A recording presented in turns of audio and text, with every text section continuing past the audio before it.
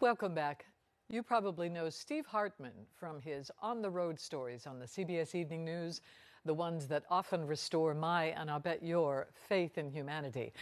But 7 years ago, he quietly began a very different kind of project, documenting the bedrooms of children who had been killed in school shootings, rooms that many families have never been able to change.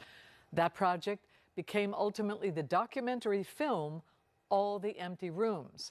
And I'm thrilled to say that you can now see that film on Netflix and that it was recently nominated for an Academy Award. I'm also thrilled to say that joining us right now live at noon is the man himself, Steve Hartman. So good to see you, Steve. Congratulations to you. Thank you so much, and thanks for having me. Absolutely. I have seen part of this film, and the part that I saw touched me very deeply. It's an emotional experience watching it. I'm sure it was a very emotional experience filming it.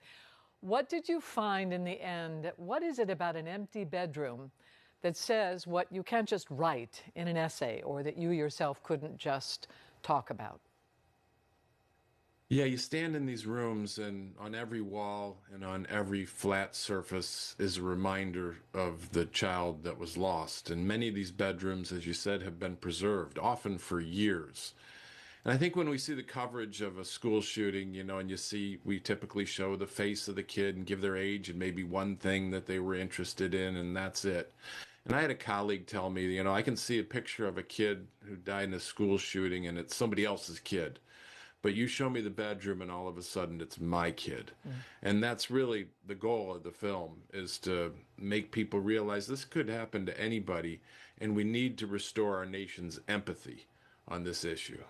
Yeah, I think that's important. There have been a number of people trying to make art or to document in some way the pain of these shootings in order to try and get them to stop. Do you feel watching a film like this can have a real impact on the future, on what happens to our children in the future? I think it can, because of the approach we took, but it's going to take, people to watch the film.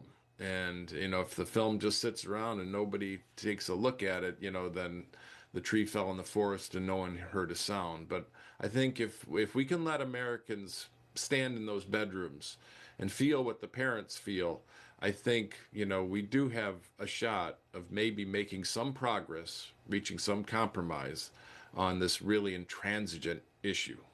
I hope you are right. All right, for anyone, once again, I'm going to say, all of you can watch it. It's on Netflix right now. If they think it's too emotionally difficult to watch, what would you say to them to encourage them to watch it anyway? I've never met anybody who's watched the film and regretted watching the film. There is hope in there, and there's even laughs as the parents talk about their child. It is an emotional journey, but this is a feeling I think we need to feel.